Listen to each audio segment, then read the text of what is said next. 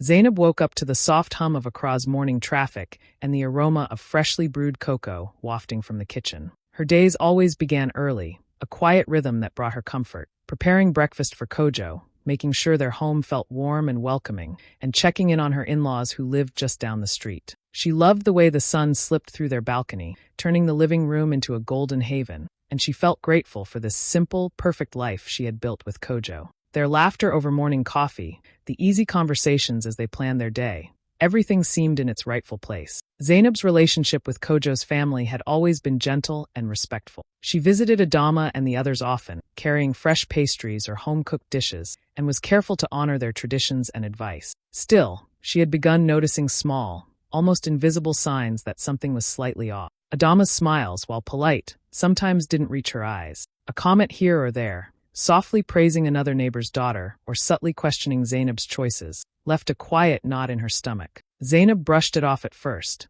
convincing herself it was just her imagination. But deep down, a flicker of unease remained, a sense that her perfect life might not be as untouchable as she had always believed. Even as she hummed while setting the table or tended to the garden, a tiny whisper in her mind reminded her that life, no matter how calm, could change in the blink of an eye. And sometimes the change didn't announce itself. It crept in quietly, disguised in the smiles of those closest to you. The first time Zainab saw Amma, she was struck by how bright and cheerful the young maid appeared. Amma had a smile that seemed effortless, the kind that could light up a room, and she carried herself with a confidence that made everyone notice. Adama had introduced her with an enthusiastic energy, as if Amma's arrival was the best thing that could happen to the household. "She'll be a big help to you, Zainab," Adama had said, her tone warm but with a hint of something else. Something Zainab couldn't quite place. Zainab smiled and welcomed Amma politely, showing her around the house, pointing out where things were and explaining routine. On the surface, everything was fine. Amma listened attentively, asked questions in a friendly voice, and quickly got to work tidying up the living room and kitchen. Zainab found herself relaxing, thinking maybe this would ease some of her daily chores. But beneath her calm exterior, a small seed of unease had taken root. Amma's charm was effortless, and it was hard not to notice how easily Adama's attention seemed to shift toward her. As the days went by, Zainab began noticing little things. Adama praised Amma openly for tasks that Zainab had been doing for years, setting the table neatly, preparing meals, arranging flowers in the living room. Zainab said nothing, keeping her thoughts to herself, though a quiet tension started to build in her chest. Amma's presence was pleasant, almost disarmingly so, and yet, it felt as if her charm was carefully measured, designed to impress.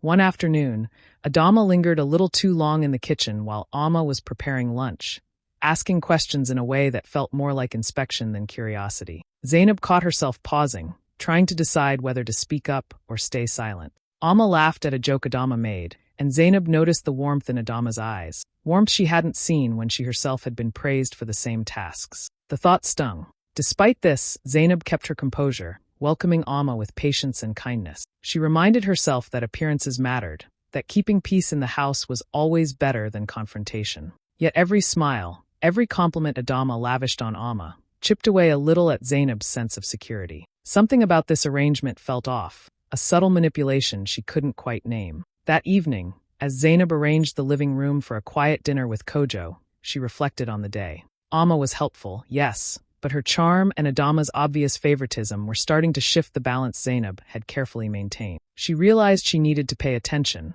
to watch and understand the undercurrents flowing through her home before they quietly changed everything she held dear. The perfect life she had known was starting to feel fragile, and the arrival of Amma had quietly set the stage for the tension that was to come. Zainab had always taken pride in her home. She loved preparing meals that Kojo and their family enjoyed, arranging flowers in the living room, and making sure every corner of the house felt welcoming. It was her way of showing love, her small contributions quietly holding the household together. But lately, she began noticing subtle changes that made her chest tighten. It started with small comments from Adama. "Amma really outdid herself with this stew," she said one afternoon, lifting the lid of a simmering pot with an approving smile. Zainab had spent hours on that same dish countless times, yet it felt as if her efforts were invisible now. When the living room was decorated for a casual gathering, Adama turned to Amma, praising the way she had placed cushions and chosen flowers. "You have such a good eye," she said. Zainab had always arranged the room herself, but her work now seemed to fade into the background. The tension grew when Kojo started noticing Amma's contributions. He would pause in the doorway,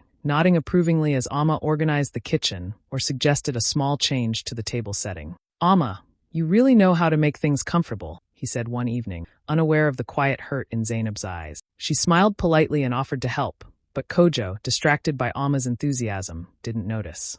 Each compliment to Amma felt like a tiny arrow, piercing her sense of place in her own home. Even simple things began to feel like a test. When friends came over, Adama would point out Amma's efforts, how beautifully she served tea, or how cleverly she arranged snacks. Zainab stayed silent, nodding along, her pride quietly brewed. The house she had nurtured, the routines she had built, seemed to be slipping from her hands, replaced by someone else's charm and apparent skill. At night, Zainab would sit alone in the living room, reflecting on the day. She remembered how she had worked tirelessly to create a warm, welcoming home for Kojo and his family. She had done it with love, without expecting praise, yet the invisible acknowledgement she had counted on now felt gone. Humiliation, quiet but deep, settled in her chest. She wasn't angry, at least not yet, but she was aware. She felt replaced, and the thought was sharper than she expected. As she folded laundry and prepared for another day, Zainab realized that she needed to pay closer attention. Amma's charm, Adama's favoritism,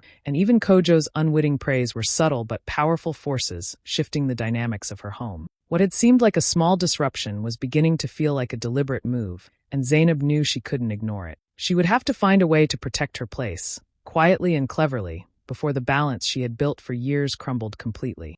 The air was thick with chatter and laughter as Zainab carried trays of food into the crowded living room for the family gathering. She had spent the morning carefully preparing each dish, making sure every plate looked perfect. Her heart swelled with a quiet pride, until she noticed Adama leaning toward Amma, clapping her hands and smiling broadly. "You've really outdone yourself with these samosas, Amma," Adama said, her voice carrying across the room. "I don't know how I managed without you before." She turned to the other relatives, her smile bright and full of pride. "Look at her, so organized, so attentive. Isn't that wonderful?" Zainab felt a cold knot tighten in her stomach. She had made those same samosas countless times, yet her own efforts were ignored. She tried to laugh politely as a cousin complimented the food, but the words felt hollow in her mouth. Every smile Adama gave Amma seemed like a spotlight, highlighting Amma's contributions while Zainab's faded into the background. Kojo came over, patting Amma on the shoulder. "Amma, you've really been a big help today. I don't know what we'd do without you," he said warmly, glancing at Zainab but not with the same appreciation.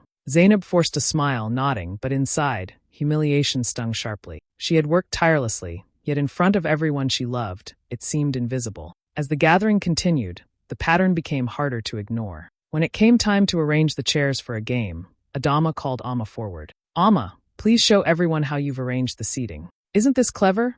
she asked, ignoring Zainab completely. Even her in-laws exchanged impressed glances, whispering quietly among themselves. Zainab felt as if she were shrinking in the corner, a bystander in her own home. Aunties and uncles complimented Amma on her hosting skills, on how well she had managed the small details that Zainab had always taken care of. Each comment felt like a small push, a reminder that her place in the household was being quietly eroded. She realized, with a sharp clarity, that this wasn't accidental. Adama was deliberately favoring Amma, and Zainab's careful efforts were being systematically sidelined. By the end of the evening, Zainab's smile had grown tight, controlled, a mask over the mix of hurt and anger building inside her. She excused herself to the kitchen under the guise of fetching water, letting the noise of laughter and chatter fade behind her. Alone, she allowed herself to acknowledge the truth. She was being pushed out of her own family role, her contributions overshadowed by someone else's charm and her mother-in-law's subtle manipulation. Zainab leaned against the counter, steadying her breath,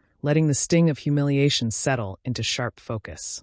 This was more than just hurt feelings. It was a challenge, a quiet war for her place in the family. And though it was only just beginning, she knew one thing clearly. She wouldn't let her life, her home, or her dignity be quietly stolen from her. Zainab closed her bedroom door softly behind her and sank onto the edge of the bed, letting the noise of the gathering fade into the background. The warmth of the evening had turned sour, leaving a heavy ache in her chest. She pressed her hands to her face, trying to swallow the humiliation she had felt in front of her family, in front of Kojo, in front of everyone she cared about. It wasn't just the snubs.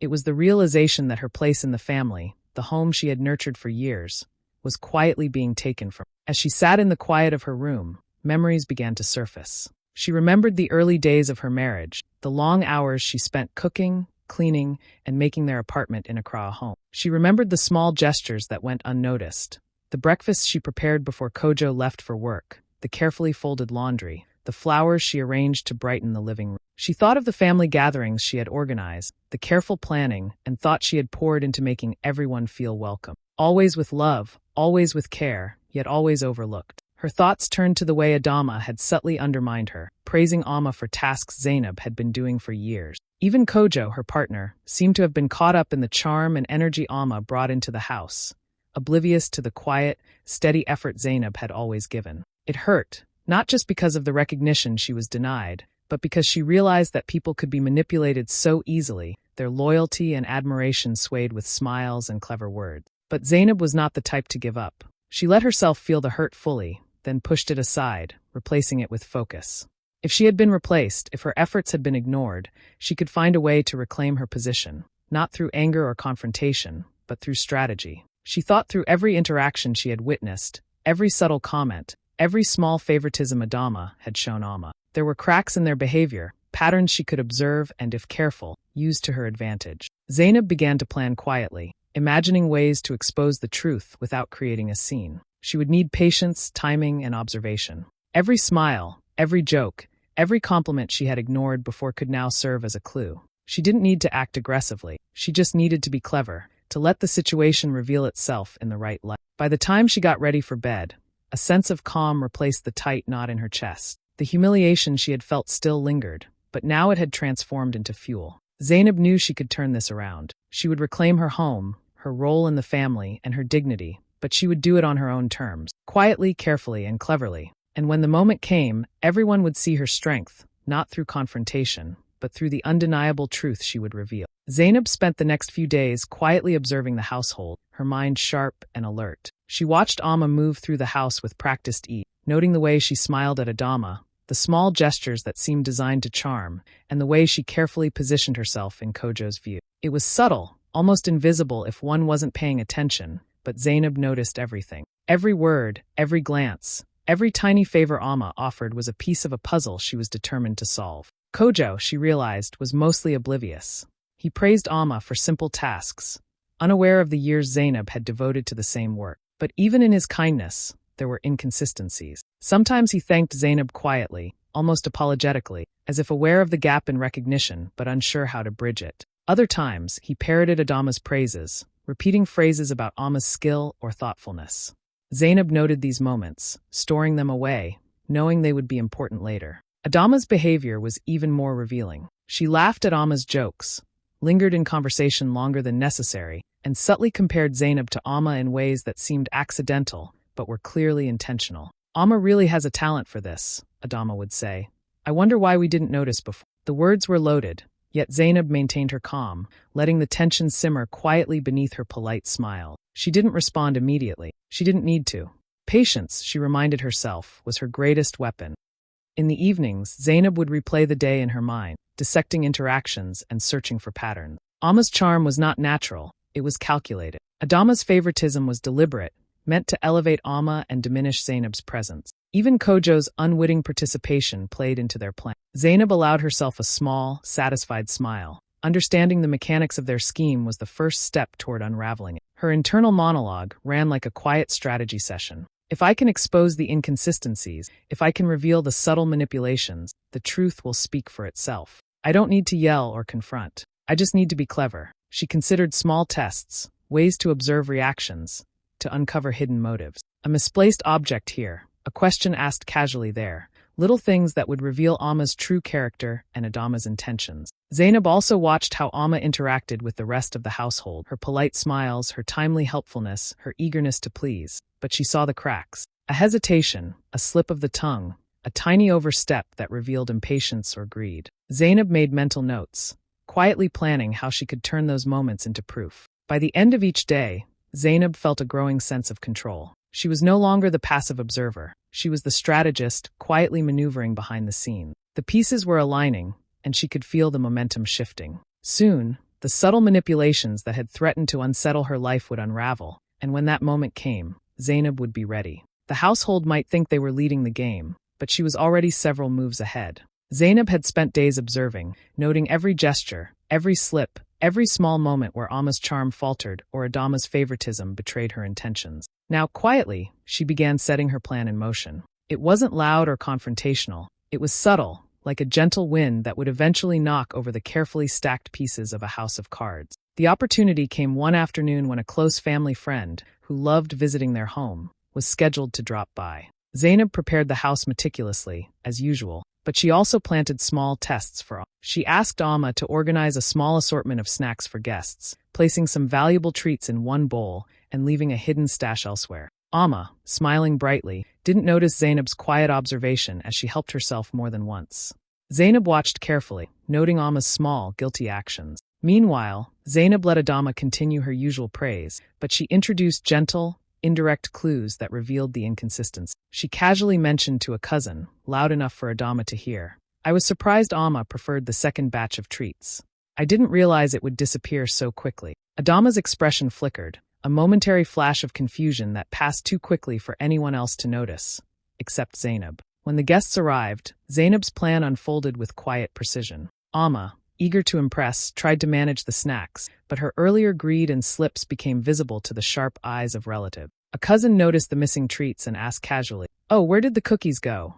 I thought there were more here." Amma fumbled, her bright smile faltering, while Zainab stepped forward calmly. "I think Amma might have taken some while organizing," she said softly, letting the words linger. The room went quiet for a moment, and eyes naturally turned toward Adama, who had been proudly watching Amma's every move. Adama's smile remained, but there was a subtle shift, a twitch in her expression, a small hesitation that revealed her own embarrassment. No one confronted her directly, but whispers began to ripple through the room. Family members exchanged glances, noticing cracks in the story Adama had been telling about Amma's perfection. The careful narrative of Amma's charm and Adama's judgment began to unravel quietly, and Zainab's calm composure contrasted sharply with the unease in the room. Kojo watched, confused at first, then slowly understanding what had been happening behind the scenes. He glanced at Zainab with a new appreciation, noticing the quiet cleverness and patience that had orchestrated this subtle exposure. By the end of the gathering, the energy had shifted. Amma's charm seemed a little forced,